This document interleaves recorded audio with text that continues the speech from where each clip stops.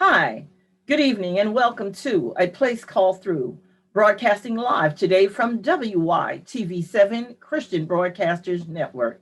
WYTV7 Christian Broadcasters Network is a nonprofit organization where we share our stories of mission of hope, stories of empowerment, encouragement, and inspiration across the globe. Today, we have with us, returning to us again, Minister Maxine Smalls, who is here today to share an empowering story how COVID-19 is affecting our children. As we all are knowing that nationwide we're facing a pandemic. And so not just the adults are affected, our children are greatly infected by this vaccine as well. Not the vaccine, but the disease. And, they are affected in one way because they can't really get the vaccine at this age. So here today, we're going to hear from Minister Maxine Smalls. But I want to ask you to do one thing. If you would just do this one pledge for us at WYTV7, we'd be greatly appreciative of you. We ask that you go to WYTV7.org and pledge, make a donation to us to help us continue this mission of hope and sharing stories globally. Again, we'd like to welcome to A Place Called Through today, Minister Maxine Smalls. Welcome to A Place Called Through. Thank you so much for having me today on A Place Called Through. And I would like to discuss what is actually something that's dear to my heart. And because it is COVID time, a lot of times people forget about the children.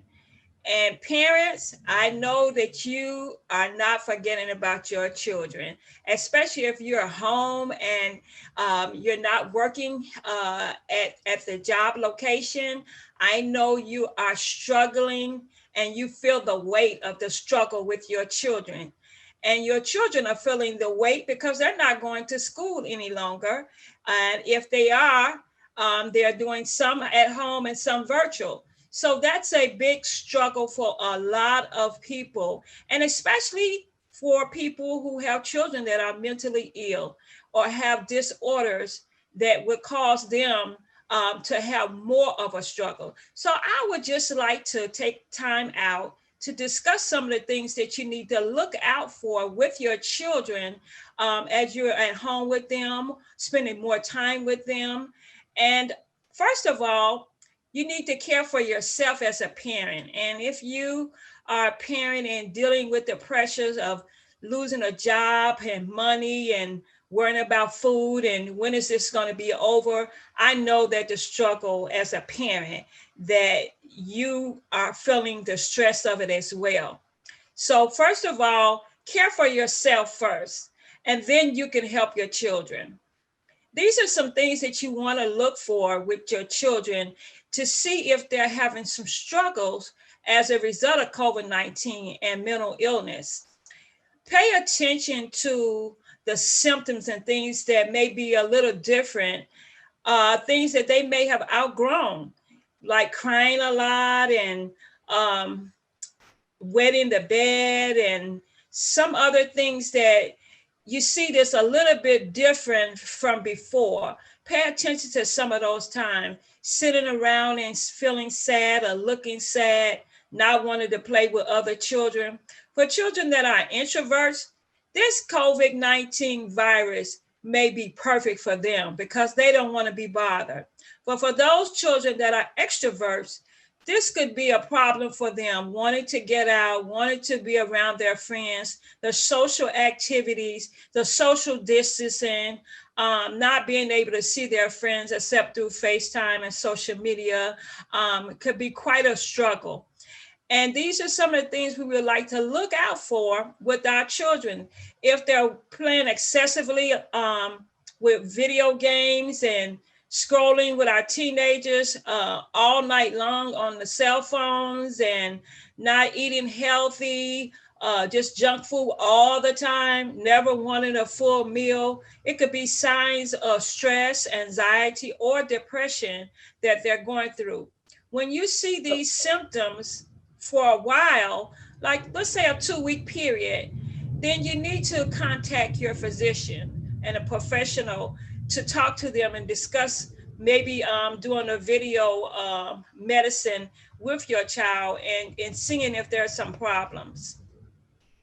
So would you say that, the effects of COVID-19 not only is having, the mental, it's as well as physical problems for children because of maybe the loss of appetite, and when they're able, those that are still going to school, there are some effects there because they're seeing now where going to school is not as to the advantage because so many people are still being affected. So as a child and you're in school in your norm, if you will, and so when now you have to go back home because there's been an outbreak of COVID in the school. So that is another area that children also are suffering. You mentioned about, their diet and having to do things virtually. The parents suffer a lot too because they're not only some have lost jobs because of COVID, and now here they're home trying to provide a decent education for their children and watching the children suffer. But we do know that mental illness is on the rise in children because of COVID. Children are being affected, and the vaccine is only available to certain age groups. So therefore, if a child has to be hospitalized, that's another issue for them mentally as well as physically because they're watching doctors walk around in these hazmat suits, and then they're still struggling because they can't see their friends or their family. So we would say that, not only the mental side, but it's a physical effect that COVID is having on the children, whereas the parents are also put into a different situation like the children. You mentioned about loss of appetite. Kids do like snacks. We all do, even adults, we do. But so they're becoming more complacent at home, because they're more comfortable. But then the side effects of that increase also that sugar intake, and I think you alluded to a little bit of that earlier. So here we are now faced with mental illness on the rise in this country. How we weren't prepared for COVID.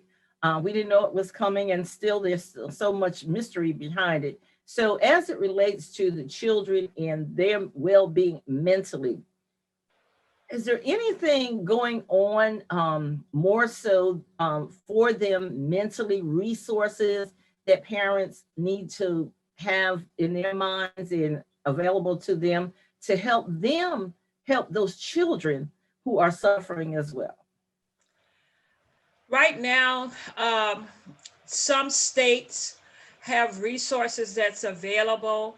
And because COVID is new, we already had a lot of disparities with mental illness before COVID arise. And what happened is now we're scurrying around trying to find the access and the resource and support for the needs.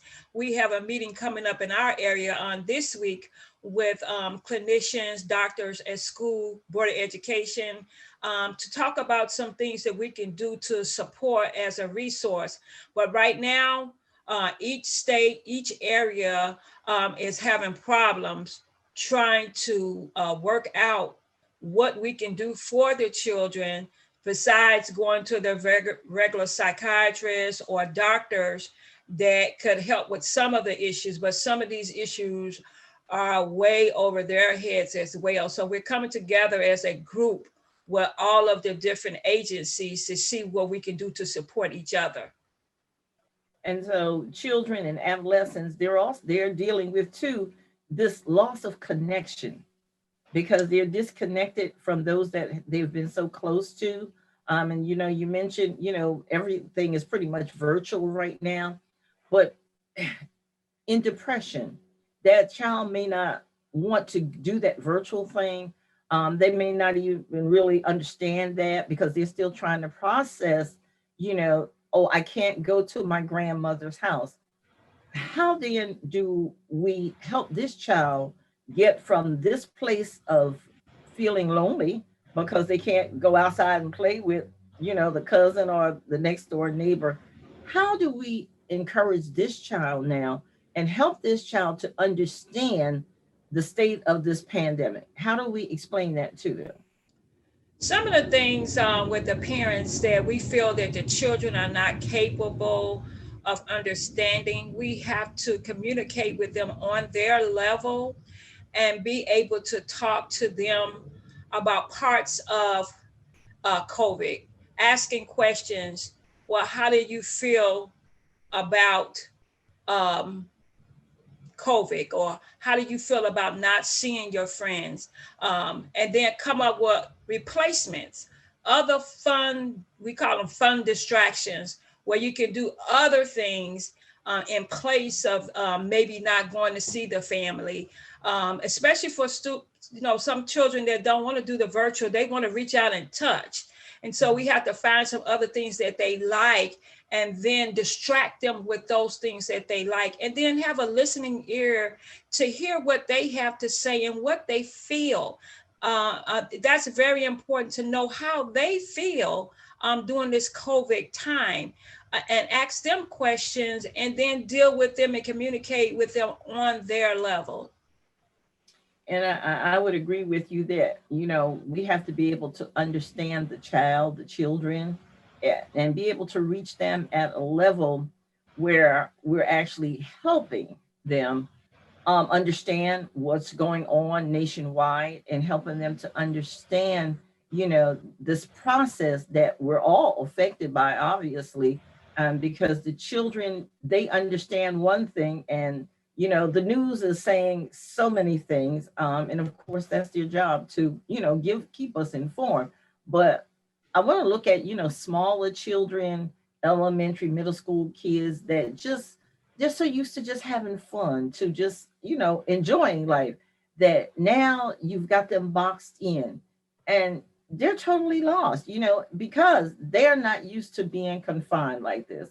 And so now we're home, and my parents are still trying to work, those that are blessed and still are working. So that time together, would you not say that is very critical, that the parents do speak more with the children in explaining COVID-19?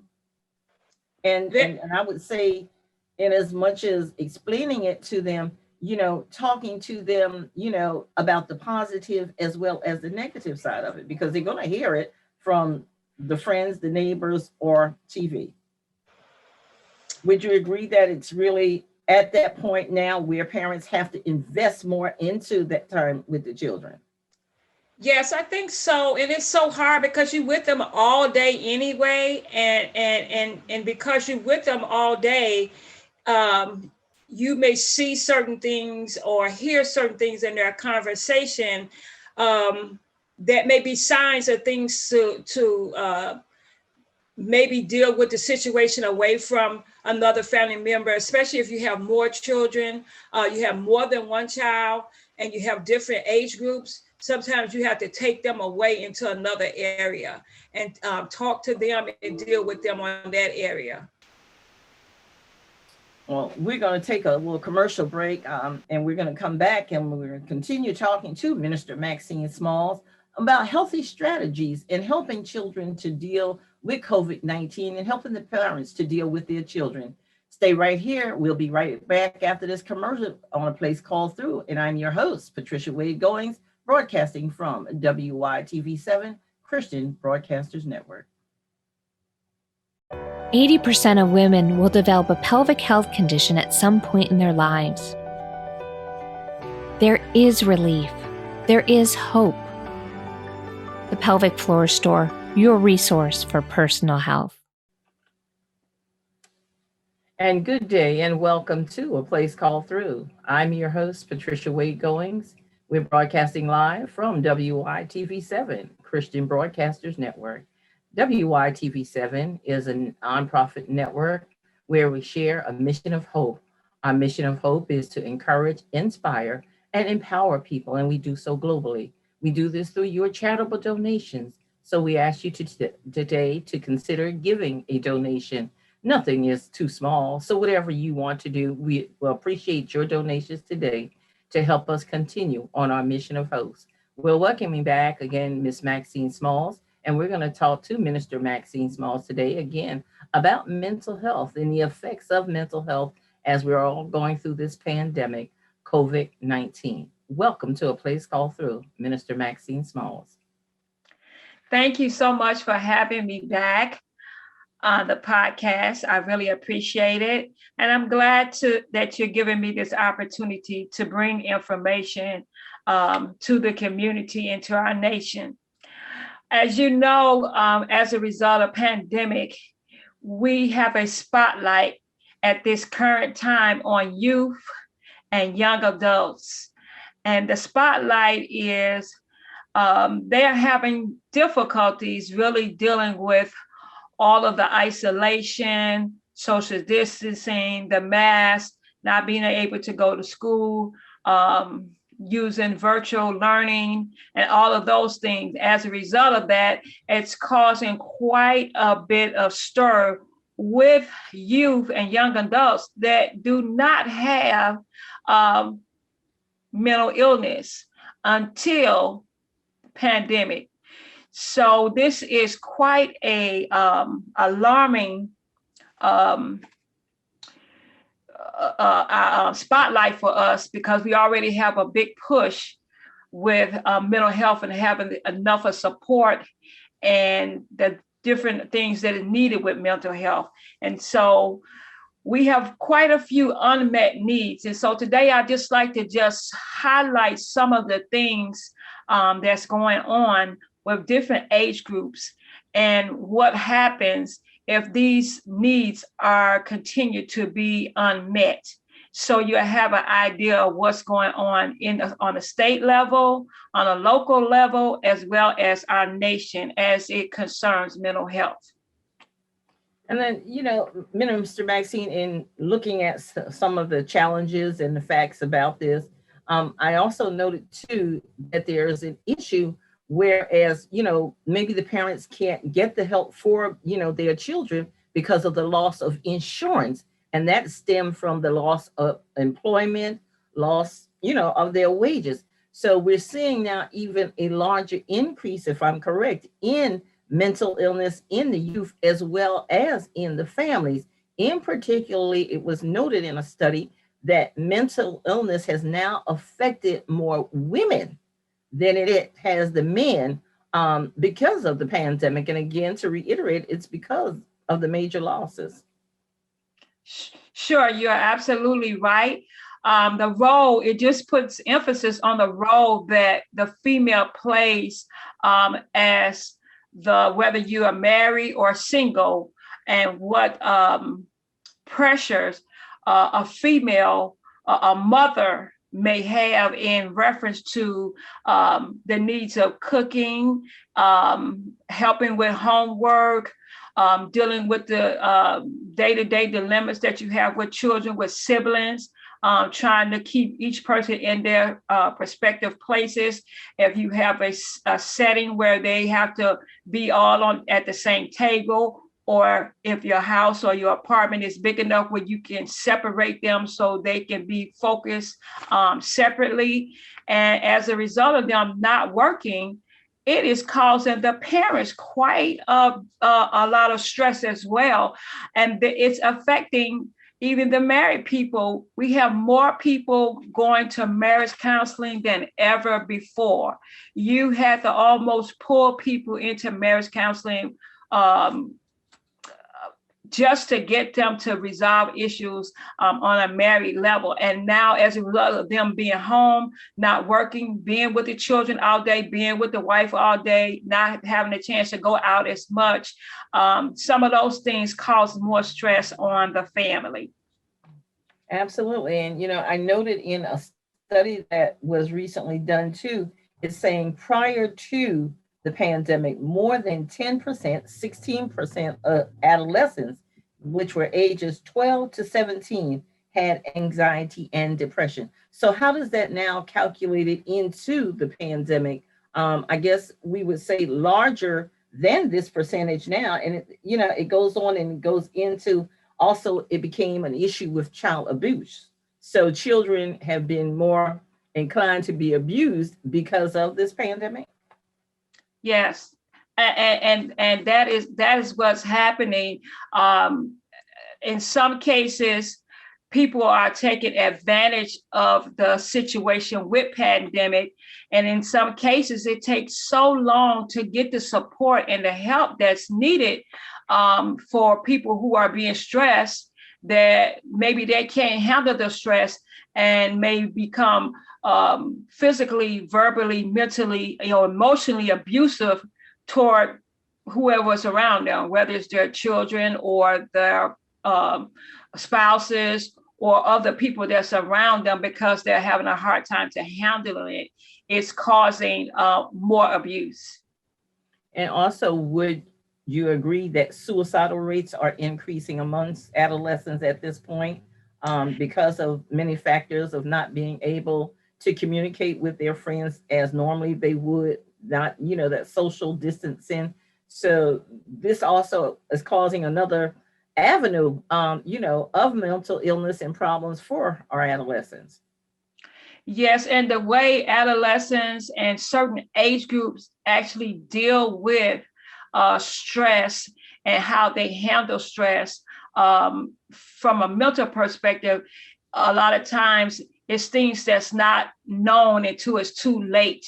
And so what we're finding is that when you could have early identification of seeing specific things that a person seems to be doing things where they're sad or they're not eating, they're not watching their favorite program, they're not calling their friends, they're not playing the games that they used to play. Those are some of the early identifications. But a lot of times what we have found in the last 2 months, it is very silent, and you don't see the identification of specific triggers, so you would know. And the young adults and the teens have been doing a lot of cutting as a result of that. And in some cases, suicides have occurred as a result of this. And so it is quite alarming, and it does have the attention of the mental health community.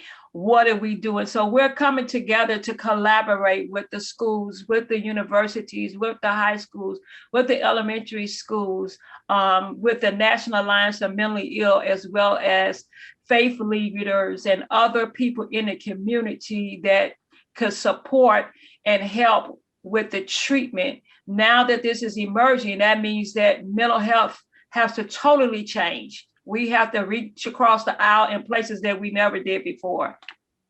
And there is an 800 number that parents can call on, even, our adolescents, if they're looking at suicide. That number is 800-273-8255. That is our suicide hotline. So if you're in that situation, you need the help. And even if you just want the information, it is available to you at 800-273-8255. And that is the suicide hotline. And it's good, that we have these available resources. So as we wrap up, we've only got a few minutes left. Minister Maxine, can you share with us maybe some more phone numbers or agencies in the local areas, that people can reach out to Sure. find this available help? Yes, we have a crisis hotline through the National Alliance of Mentally Ill. It's known as NAMI. And that hotline, 24-hour hotline, is 844-274-6154. And we also have, for your convenience, where you can type in the word NAMI 741-741. And you can also text them if you are in crisis of any kind, whether it be suicide or any other thing that you may want to have support. And for our listeners and our viewers, if they wanted to reach out to you or any other counselor that you know of, would you give us the way that they can find you to speak with you? Yes, you can contact me. My email address is Maxine, MAXINE .smalls@NamiLowCountry.org. And if you'd like to call our local office, that number is 843-636-3111. Okay, for our listeners, our viewers, one more time, you want to give them that again, just so that they'll Yes. be clear. And also, I just want to remind them of that suicide hotline number, and it is 800-273-8255. And the phone number, our local number here in Beaufort, South Carolina is 843-636-3111. And our email address to contact me directly is maxine.smalls@namilowcountry.org. Well, Minister Maxine, we thank you for sharing that information, much valuable information. And it's just the pandemic has caused so many changes and also challenges for not only us as adults, but also for our children who they can't process a lot of what is going on. Some don't even understand, why the changes, what is this? And as many are facing now, when is this going to end? And for our children who are so used to being in such close, areas in terms of school with one another. And, some schools are now opening back up. Some are still remaining closed. And so the challenges still remain because of this pandemic. So your final words of advice, to the parents and the children would be, how would you offer any words of encouragement to them? Words of encouragement to the parents is don't give up and don't dismiss small things that you see or notice in your children. Not to be alarmed, but to get the support and assistance that you need as soon as you identify that something is different. Not something is wrong, but something is different, and it will make a difference in getting help. Thank you. Well, we thank you, Minister Maxine, again for being our guest today here on A Place Called Through. I'm your host, Patricia Wade Goings, and you've heard it from Minister Maxine. Mental health is an issue. It is a crisis now. As COVID-19 is still on the rise, mental illness is still rising amongst our community. Seek out the help, again, at that suicide hotline, 800-273-8255, or look for your area for a mental health organization agency that may be able to help you. Once again, I am your host, Patricia Wade Goings, broadcasting live from WYTV7 Christian Broadcasters Network. And I am the author of Willpower, The Call to Rise Above. We welcome you to be our guest here. And to do so, you may reach me in area code of 843-608-9744 by email at pgoingswp@gmail.com. You may follow me on Facebook at A Place Called Through at Willpower, The Call to Rise Above. Again, we thank you for tuning in. Stay tuned for upcoming events and more on A Place Called Through.